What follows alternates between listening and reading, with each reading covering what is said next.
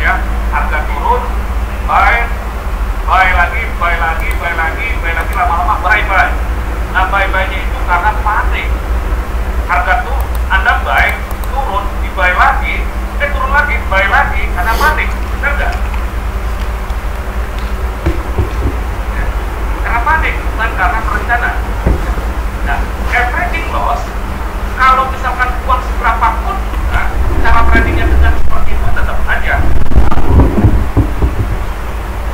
Dan nggak, walaupun tidak bangkrut, minimum mentalnya akan bisa. Karena yang dilihat adalah merah-merah saja. Oke, jadi empat kemungkinan ini, yang terakhir adalah melawan trend. Trend ini bisa trend jangka pendek, bisa trend jangka panjang. Oke, di sini kita perhatikan kemungkinan yang besar, yang kerugian besar ini karena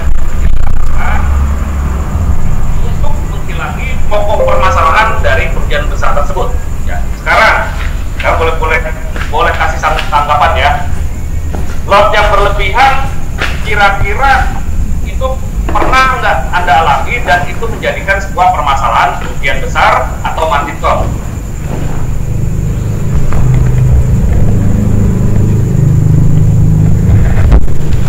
Pernah, Bos. Nah, misalkan ini modal $200,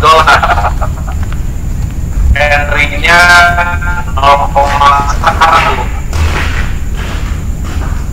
Begitu emas turun lagi, atau itu ternyata tidak sesuai dengan tata pola yang benar. Kami hitung ya, money management ya, perhitungan kalkulasi. Walaupun yang sudah pernah ikut kelas saya sudah paham tentang perhitungannya, tapi mungkin yang baru ikut perlu tahu bahwa langkah awal memulai ini adalah bukan cari untungnya. Di sini saya berikan warning, saya berikan suatu peringatan bahwa hati-hati 4 kemungkinan ini akan dihadapi oleh Anda, apalagi sudah pernah mengalami. Jika kita pernah mengalami kesalahan yang besar, terutama dalam kaitannya adalah trading forex dan gold online, ya, maka minimum kita tidak boleh mengulangi lagi kesalahan yang sama. Dan kita mencari langkah yang benar agar kesalahan itu tidak terjadi lagi, ya, tidak mengulangi kesalahan sama, yaitu pokok permasalahan ini tanpa stop loss, misalkan. Banyak yang mungkin beranggapan dan bertanya pada saya, "Loh, saya nggak suka pakai stop loss. Sekali pakai stop loss kok kena terus."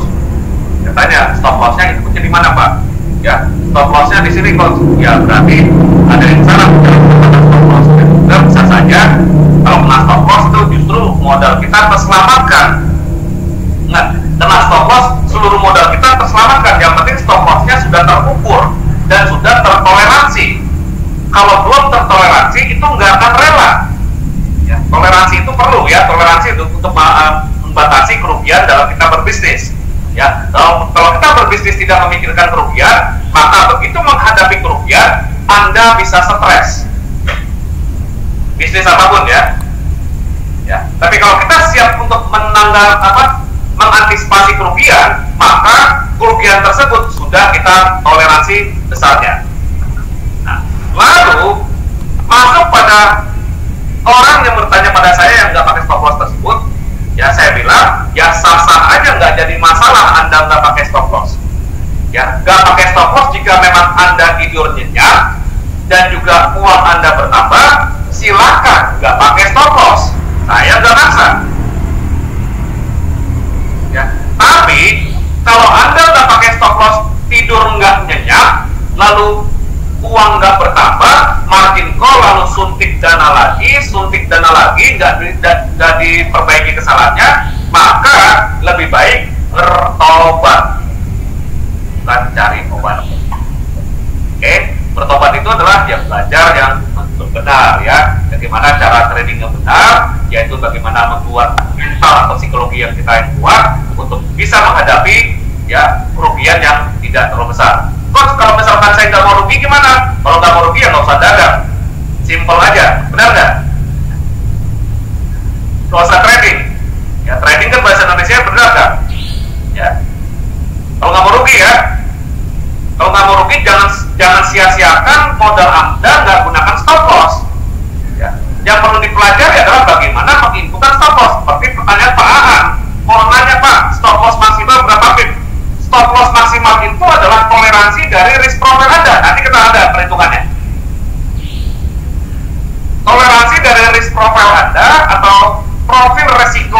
kita miliki nanti kita korelasikan dengan grafik, ya. Korelasikan dengan grafik, yaitu yang menentukan stop loss yaitu grafik, bukan kita. Struktur pasar kita juga bisa, misalkan berapa persen, ya.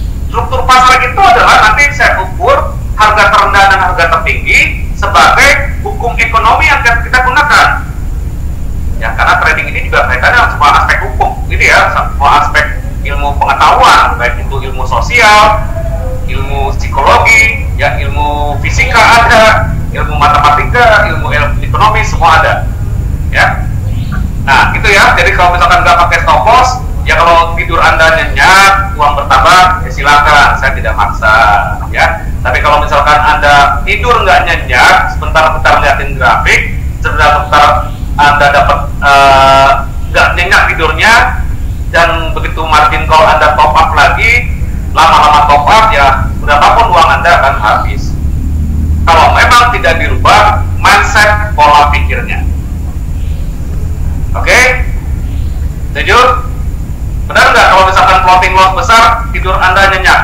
Benar atau enggak? Sekali lagi, kalau misalkan Anda floating rugi besar, merahnya banyak, tidur nyenyak nggak? Gelisah, Coach. Yang nggak jawab berarti tidur nyenyak nih. Enggak lah. Lupa masih ada posisi, Coach. Ya, lupa masih ada posisi, ya. Oke, kita interaksi ya, kita santai saja, kita diskusi aja di sini, ya. Jadi bukan berarti maksud saya adalah coba menekankan kembali bahwa ada satu kemungkinan besar yang harus kita tutup, ya.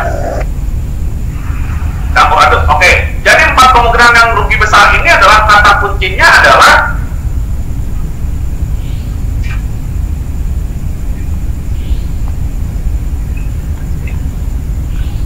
untuk mengantisipasi kerugian besar. Nomor 3, kata kuncinya menawar dan money management. Anda kalau dagang atau beli barang itu kan selalu menawar, nggak mau harga mahal. Jual pun juga Anda nawar, setinggi-tingginya aja Anda jual barang, benar nggak? Tapi implementasinya nanti kita akan pelajari. Oke?